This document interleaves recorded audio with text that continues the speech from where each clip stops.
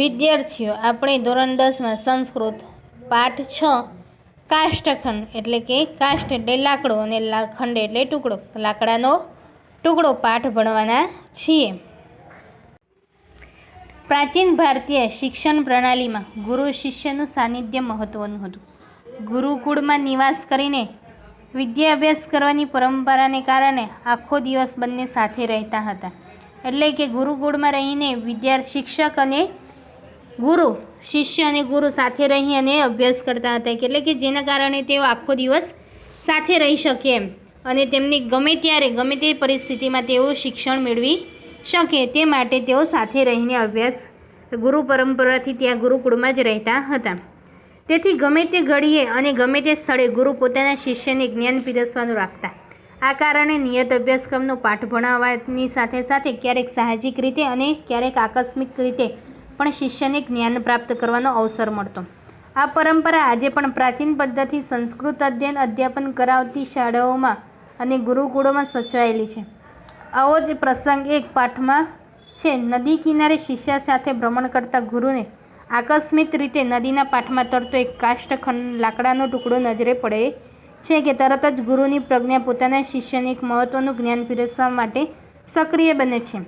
એ સમયે અને એ જ સ્થળે કોઈ ગુરુએ પોતાના શિષ્યને જે જ્ઞાન આપ્યું હતું તે આજે પણ એટલું જ પ્રસ્તુત છે. એટલે કે જે સમયે ગુરુ પોતાના શિષ્યને જ્ઞાન આપે છે આ નદી કિનારાનું, તે જે જ્ઞાન આપ્યું હતું તે જ્ઞાન આજે પણ એટલું જ પ્રસ્તુત એટલે કે વિખ્યાત છે.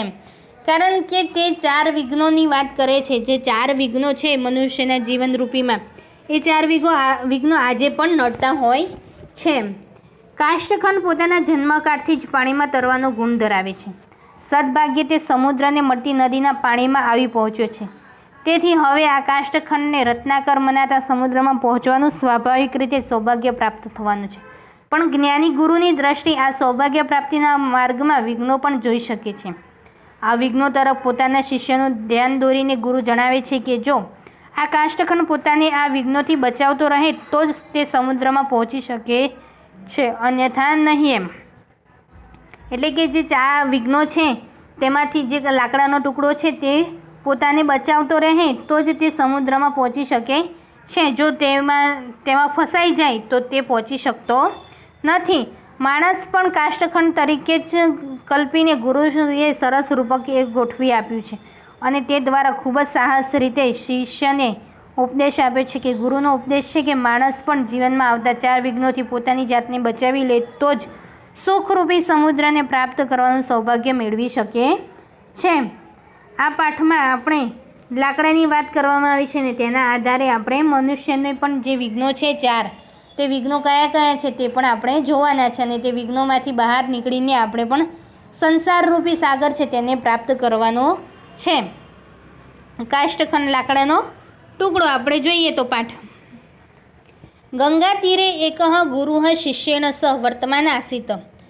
ગંગા તીરે એટલે ગંગા નદીને કાંઠે એક ગુરુઃ એટલે કે એક ગુરુ, શિષ્યન એટલે શિષ્ય, સહ એટલે સાથે, વર્તમાન આસીત એટલે કે અત્યારે ફરતા હતા એટલે કે સાથે ફરતા હતા.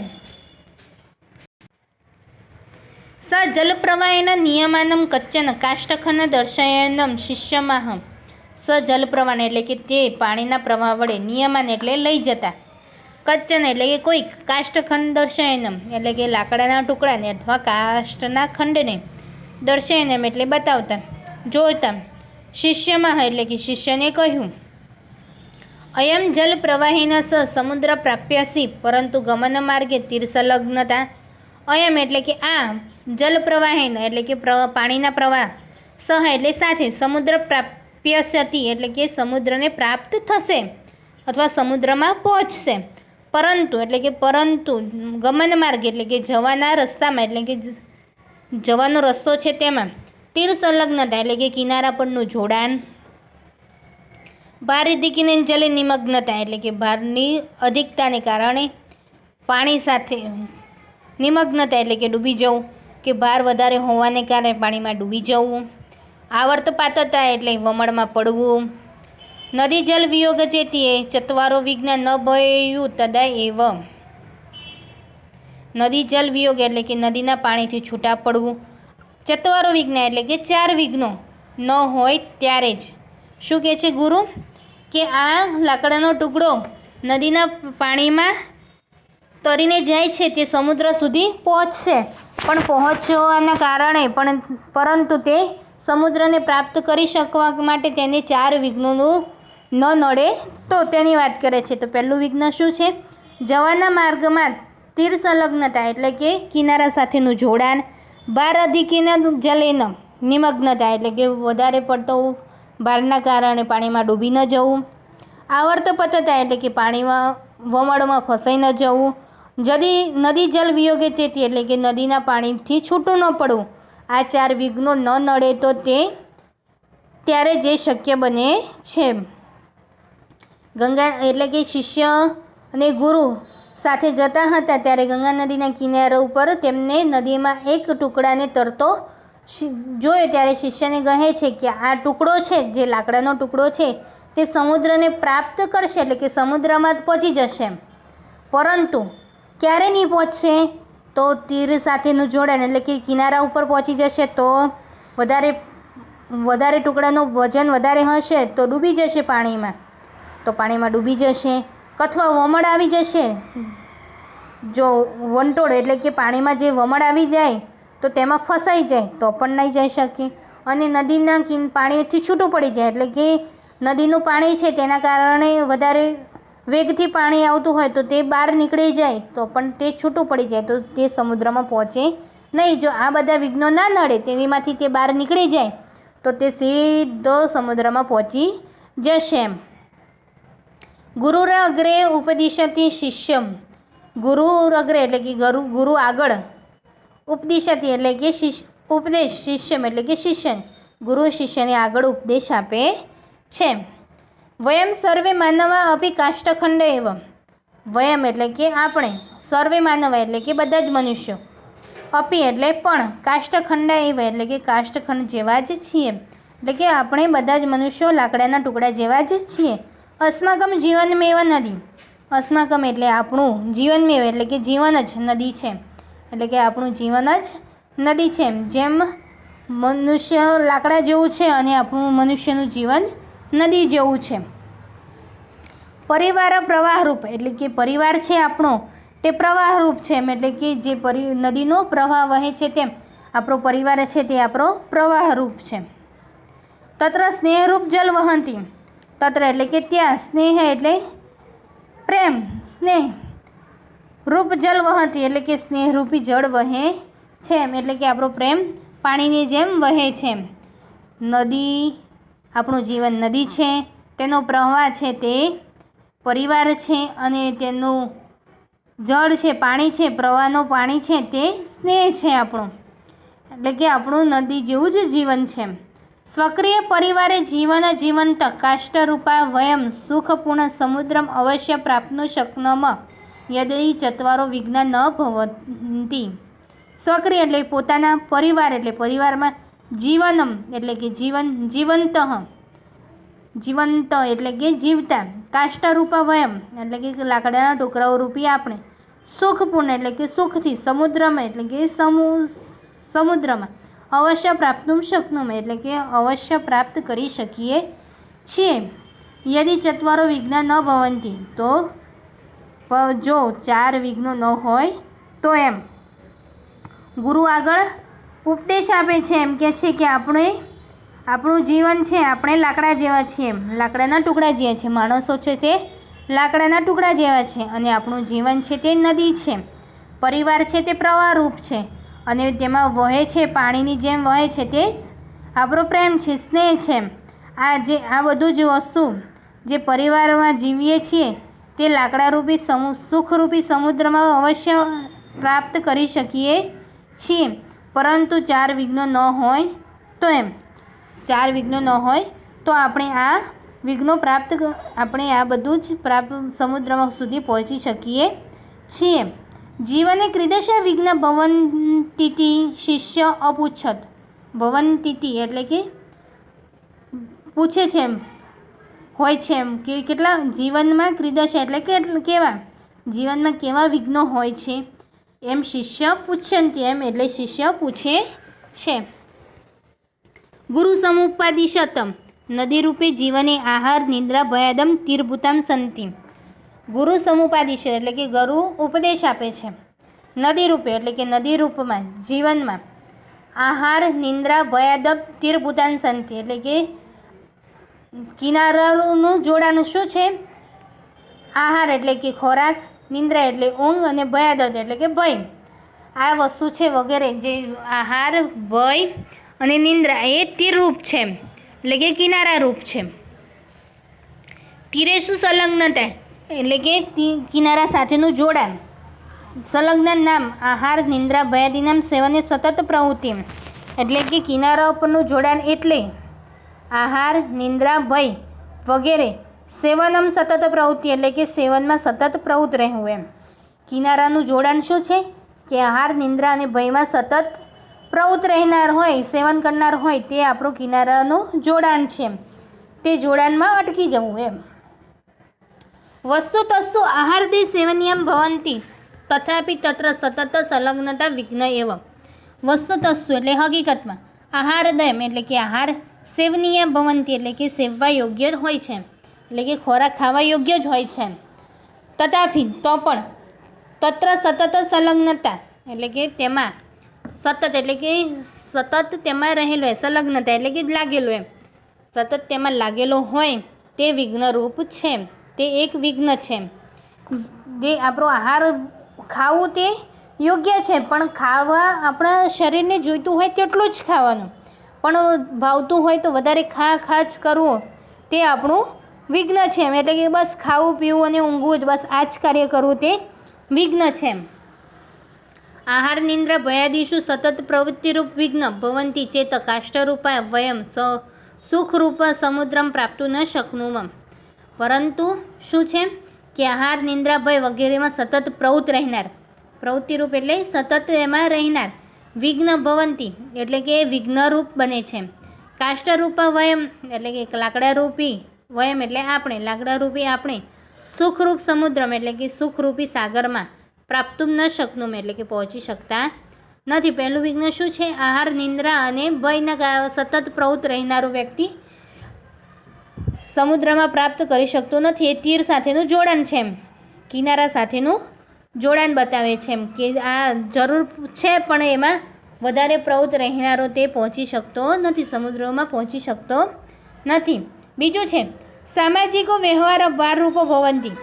સામાજિકો વ્યવહાર એટલે કે સામાજિક વ્યવહારો ભારરૂપો ભવંતી એટલે કે ભારરૂપ બને છે. જે પાણીમાં લાકડાનો ભાર વધારે હોય છે તે ડૂબી જાય છે તેની વાત કરી છે એમ. એટલે કે આપણે મનુષ્યમાં શું બીજું વિઘ્ન છે? સામાજિક વ્યવહારો તે વિઘ્ન છે એમ. સામાજિક વ્યવહાર સર્વત્ર અપેક્ષિતો ભવંતી.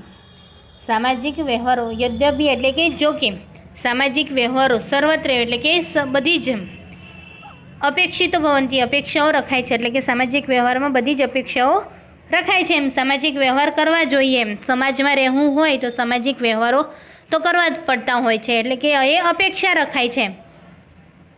પરંતુ શક્તિમતી ક્રમે ન ભવે તો શક્તિમતી ક્રમે એટલે કે શક્તિનું અતિક્રમણ કરીને ન હોવો જોઈએ એમ. એટલે કે વ્યવહાર કેવો હોવો જોઈએ કે આપણું શક્તિ હોય તેનાથી વધારે ન હોવો જોઈએ. જો ગરીબ માણસ હોય તો તેના જેટલું જ જોઈતું જેટલું હોય તેટલો જ વ્યવહાર કરવો જોઈએ. પરંતુ જો એ વધારે પૈસા બતાવીને કાર્ય કરતો હોય તો તે એનામાં જીવનમાં વિઘ્ન ઉત્પન્ન થતું હોય છે. એટલે કે જેટલી આપણી શક્તિ છે તેટલું જ શક્તિ પ્રમાણે હોવો જોઈએ. એ જેના સ્વક્રિયમ શક્તિમતી ક્રમે સામાજિકાનામ વ્યવહાર કુર્વંતી તે અતિ ભારત્વમ નિમ્ન જતી એવમ.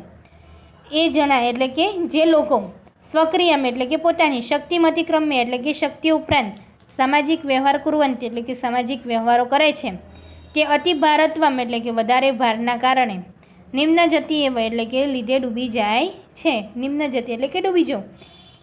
જે માણસો પોતાની શક્તિ કરતાં વધારે વ્યવહાર કરે છે તે ભારને લીધે ડૂબી જાય છે. એટલે કે માણસ જો કોઈ માણસ હોય, કન્યાદાન રૂપીની વાત કરીએ આપણે, જો કન્યાદાનની વાત કરીએ તો છોકરીને ગરીબ માણસ હોય તો તે પોતાને પહેરા કપડાં અને થોડા દર દાગીના આપી શકે છે.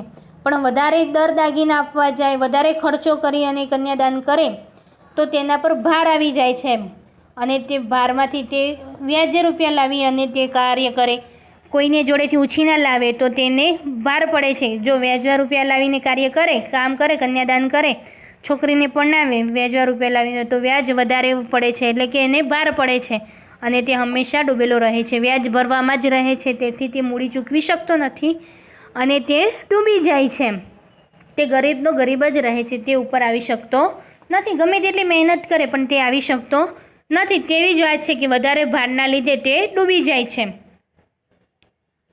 નિમ્નજતિ જન સુખમય સંસાર સમુદ્રમ પ્રાપ્તું ન શક્નોતિ. એટલે કહે છે ને, નિમ્નજતિ એટલે કે ડૂબેલો મનુષ્ય, સુખમય એટલે કે સુખપૂર્ણ, સંસાર સમુદ્ર એટલે કે સંસાર સાગરમાં પ્રાપ્તું ન શક્નોતિ એટલે કે પ્રાપ્ત કરી શકતો નથી. એટલે કે જો વ્યાજવા રૂપિયા લાવીને કન્યાદાન કરીને છોકરીને પરણાવ્યું હોય તો તે પોતાની ગમે તેટલી મહેનત કરે તો પણ તે આગળ આવી શકતો નથી અને તે અંદરને અંદર ડૂબતો જ રહે છે. એટલે કે શક્તિ ન હોય અને વધારે દેખાવ કરવા જાય તો તે માણસ અંદર ડૂબી જાય છે. તે આપણું બીજું વિઘ્ન છે. ત્રીજું વિઘ્નની વાત કરીએ. સુરાપાનમ, અક્ષક્રીડા, તમાકુ ભક્ષણમ, ચોર કર્મ ઇત્યાદિની દુર્વ્યસનાની માનવ જીવને આવર્તભૂતાની સંતિ. સુરાપાન એટલે કે મદિરાપાન, દારૂ, અક્ષરકીડા એટલે કે જુગારની રમત, તમાકુ ભક્ષણ એટલે કે તમાકુનું સેવન, ચોર કર્મ એટલે કે ચોરી કરવી, ઇત્યાદિની એટલે કે વગેરે દુર્વ્યસનાની એટલે કે ખરાબ વ્યસનો માનવ જીવને એટલે કે માનવ જીવનમાં આવર્તભૂતાની એટલે કે વમળ જેવું સંતિ હોય છે. એટલે કે વમળ જેવું હોય છે કે જે દારૂ પીવે, જુગાર રમે, તમાકુનું સેવન કરે, ચોરી કરે વગેરે વ્યસનો જે માનવ જીવનમાં હોય તે વમળ જેવું હોય છે. એટલે કે તેમાં વમળમાં જેમ લાકડું વમળમાં પડે તો ફસાઈ જાય, ગોર ગોર ફર્યા કરે, તેમ આ વ્યક્તિ પણ ગોર ગોર ફરાઈ જાય તેવું વમળ જેવું હોય છે તેવું બતાવે છે. એષુ પતિતો જનઃ બહિર આગંતુમ ન શક્નોતિ. એષુ એટલે કે એ, પતિતો જન એટલે કે બધામાં પડેલો માણસ, બહિર આગંતુમ ન શક્નોતિ એટલે કે બહિર એટલે બહાર, આગંતુમ એટલે કે આવી શકતો નથી એમ. આમાં પડેલો હોય તે માણસ બહાર આવી શકતો નથી એમ. અતઃ તત્ર પતનેમ ન ભવેત તાદૃશ પ્રયત્ન સતત કરણીય ભવતિ. આથી, અત એટલે આથી, તેમાં, તત્ર એટલે તેમાં, પતનમેવ પતન જ થાય તેવો પ્રયત્ન સતત કરણીય ભવતિ સતત કરવાનો હોય છે. આ બધામાંથી જે પ્રયત્ન કરે છે બહાર નીકળવાનો તેનું પતન જ થાય છે. એવો સતત પ્રયત્ન કરતા હોવા છતાં પણ તેનું પતન જ થાય છે તેવું કહેવા માગે છે કે એષા જન વ્યસનેષુ પતિતા સંતિ તે તરંતઃ અપી એકસ્મિન સ્થાને પરિતઃ ભ્રમંતિ. એષુ જન એટલે કે જે માણસો વ્યસનેષુ એટલે કે વ્યસનમાં પડેલા છે, પતિતા એટલે પડવું, વ્યસનમાં પડેલા છે તે તરંત એટલે કે તરવા છતાં પણ એકસ્મિન સ્થાને એટલે કે એક જ જગ્યાએ, પરિતઃ એટલે કે ચારે બાજુ, ભ્રમંતિ એટલે ફરતા રહે છે. એટલે કે જે માણસ વ્યસનમાં પડેલો છે તે તરવા છતાં પણ એટલે કે તેમાંથી બહાર નીકળવાનો પ્રયત્ન કરવા છતાં પણ તે એક જ જગ્યાએ ફર્યા કરે છે. તેષા પ્રગતિ બાધિતમ ભવતિ. તેષા એટલે કે તેમની, પ્રગતિ એટલે કે પ્રગતિ, બાધિતા એટલે કે બંધાઈ જાય છે, તેની પ્રગતિ ત્યાં જ અટકી જાય છે. તતસ્તે સુખાદિ રૂપમ સંસાર સમુદ્રમ પ્રાપ્તું નાહર્થી. તતસ્તે પછી સુખાદરૂપી એટલે કે સુખાદિરૂપી સંસાર સમુદ્ર એટલે કે સંસાર સાગરને પ્રાપ્તું નાહાર્થી એટલે કે પ્રાપ્ત કરી શકતો નથી. જે માણસની પ્રગતિ અટકી જાય છે તે સંસારરૂપી સાગરને પ્રાપ્ત કરી શકતો નથી, એટલે કે વમણમાં ફસાઈ જાય છે તેઓ. જે માણસ વમણમાં ફસાઈ જાય તે બહાર નીકળી શકતો નથી. ચોથું વિઘ્ન છે પરિવારત મુખત્વમ એવ નદી જલ વિયોગમ. પરિવારથી મુખત્વમ એટલે વિખૂટા, વિમુક્ત થઈ જનાર. જે પરિવારથી વિમુક્ત થઈ જાય છે એ નદી જલ વિયોગ જેવું જ છે, એટલે કે નદીના જળથી છૂટા પડવા જેવું જ છે. પરિવારમાં રહે તો તે છૂટું પડતું નથી એમ, પણ પરિવારથી વિમુક્ત થઈ જાય તો એ છૂટું થઈ જાય, એટલે કે બહાર જ રહેતો હોય, પરિવારની કંઈ પડવા જ ના હોય, તે નદીના જળના જેવું જ છે. સામાન્યતઃ પરિવારે નિવસંતઃ એવ વયમ સંસાર સમુદ્રમ પ્રાપ્તું સમર્થા ભવામ. સામાન્ય રીતે પરિવારમાં નિવસત એટલે કે રહેતા, એવમ વયમ એટલે કે આપણે, સંસાર સમુદ્રમ એટલે કે સંસાર સાગરમાં, પ્રાપ્તું સમર્થા ભવામાં પહોંચવા સમર્થ થઈએ છીએ. કે જે પરિવારમાં જ રહે છે તે સંસારરૂપી સાગરને પહોંચવા સમર્થ થાય છે. પરંતુ યદિ કચ્ચિત જન સ્વાર્થવશાત ક્રોધવશાત વા પરિવારાત પ્રતિમુખે ભવતી સોઅપી નદી એટલે પરિવાર જલ એટલે સ્નેહ વિયુક્તમ કદાચિદપી જ્ઞાનેન સુખેન ચ પૂર્ણમ આનંદમય સંસાર સમુદ્રમ ન પ્રાપ્નોતિ.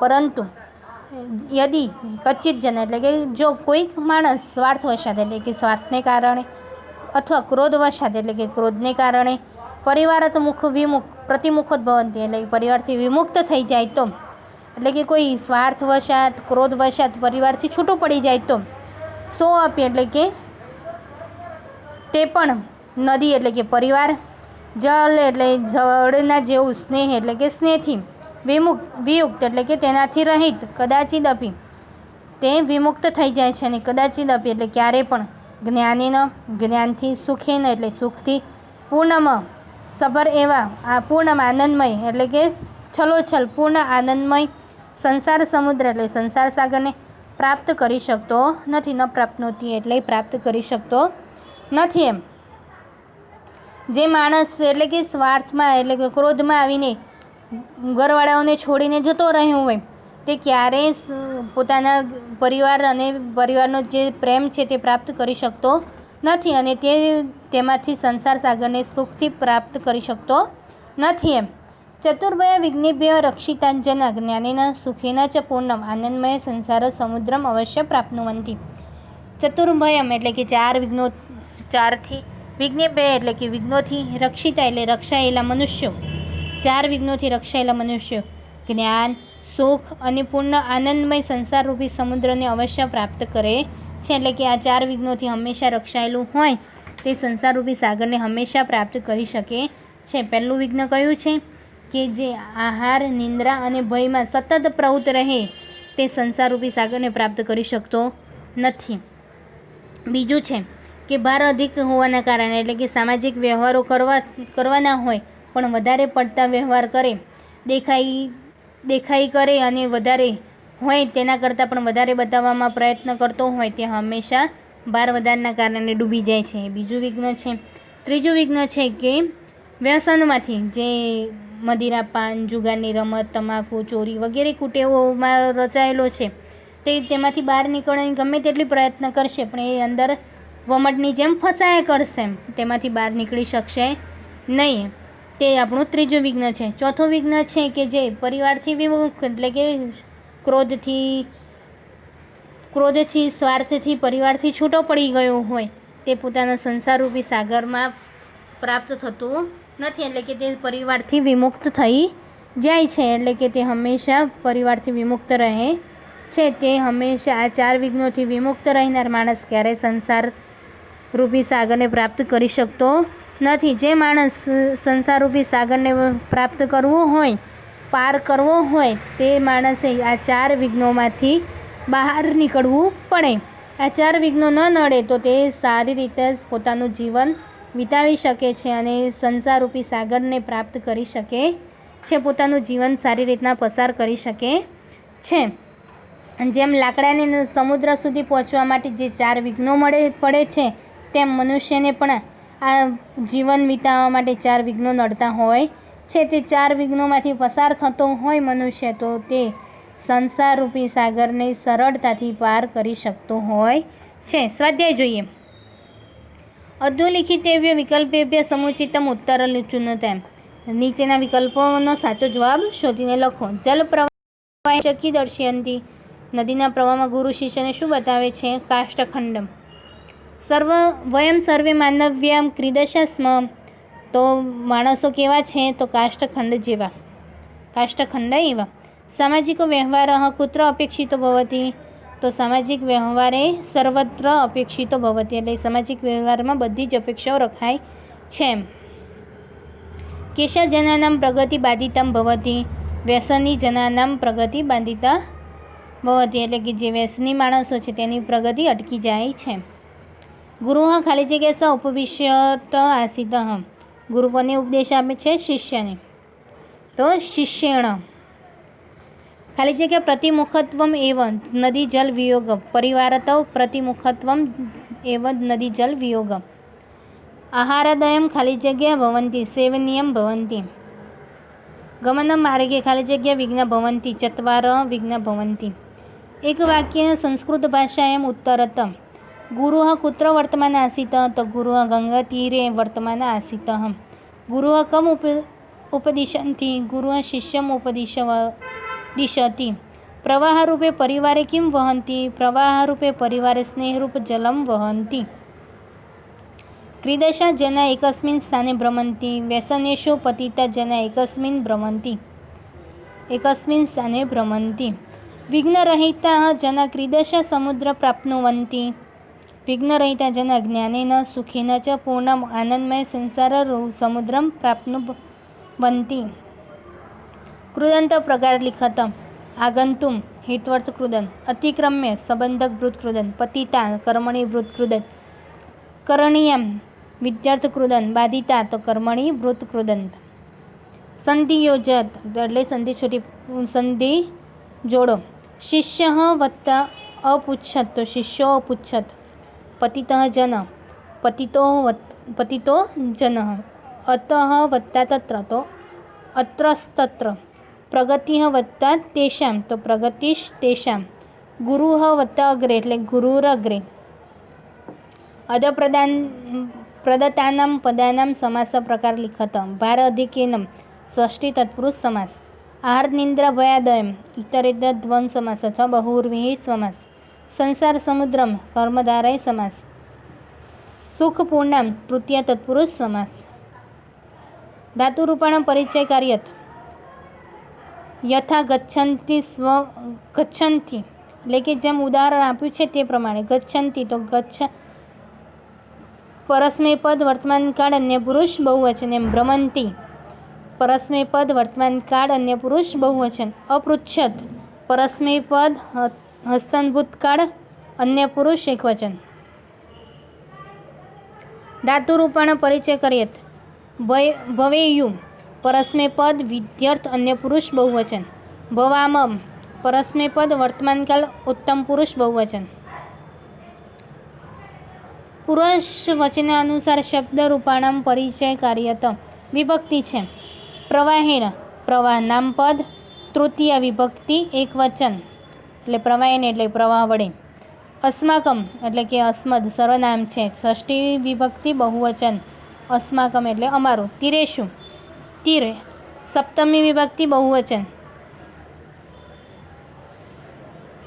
કિનારા ઉપરનું તીરેશુ એટલે કિનારા ઉપરનું. વ્યવહારનમ એટલે કે વ્યવહારોને. વ્યવહાર નામપદ છે. દ્વિતીય વિભક્તિ બહુવચન. પરિવારત પરિવાર નામપદ છે. પંચમી વિભક્તિ એકવચનમ કુટુંબથી. પરિવારત એટલે કુટુંબથી. પ્રશ્નના ઉત્તરાણી સંસ્કૃત ભાષામાં લિખત સાચું સુખ મેળવવા માટે કોણ યોગ્ય નથી?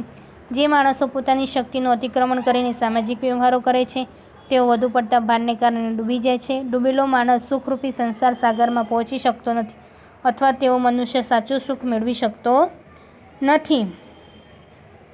લેખકે મનુષ્યને કાષ્ઠખંડ જેવા શા માટે કહે છે? લેખકે બધા મનુષ્યને લાકડાના ટુકડા જેવા કહીને જણાવે છે કે આપણું જીવન નદી છે અને પરિવાર પ્રવાહરૂપ છે. તેમાં સ્નેહરૂપી પાણી વહે છે. પોતાના પરિવારમાં જીવન જીવતા આપણે મનુષ્ય જો 4 વિઘ્નો ન આવે તો સુખથી ભરપૂર સંસારરૂપી સમુદ્રમાં પહોંચી શકીએ છીએ.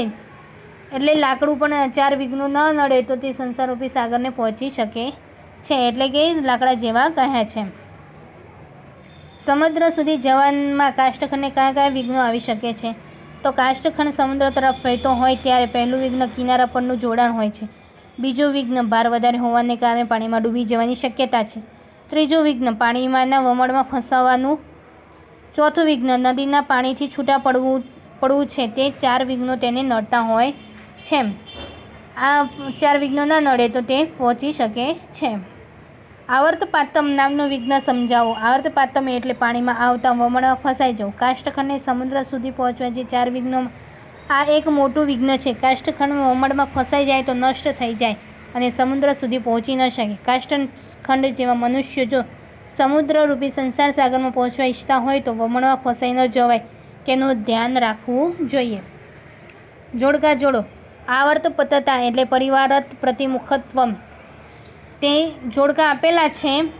તીર સંલગ્નતા સામાજિક વ્યવહાર તેને આપણે જોડવાના છીએ. જોડીએ તો આવર્ત પતતા એટલે વ્યસનેશુ સતત પતનમ, તે વ્યક્તિ આવર્ત પતનમાં ફસાઈ જાય છે. તીર સંલગ્નતા એટલે કે આહારદીનામ સેવનની સતત પ્રવૃત્તિ. તીર સાથે જોડાણ કોનું થાય છે કે જે વધારે આહાર ભોજનમાં સતત પ્રવૃત્તિ રહે છે તે. જલવિયોગી જે પરિવાર પ્રતિમુખત્વમ એટલે કે પરિવારથી છૂટો રહે છે તે નદીના જેવો પાણીના જેવો વિયોગ રહી જાય છે. જલે નિમગ્નતા એટલે કે પાણીમાં કોણ ડૂબી જાય છે તો સામાજિક વ્યવહારનમ ભારાધિક એટલે સામાજિક વ્યવહારો વધારે પડતા કરે તો. અહીંયા પાઠ આપણો પૂરો થાય છે સ્વાધ્યાય સાથે.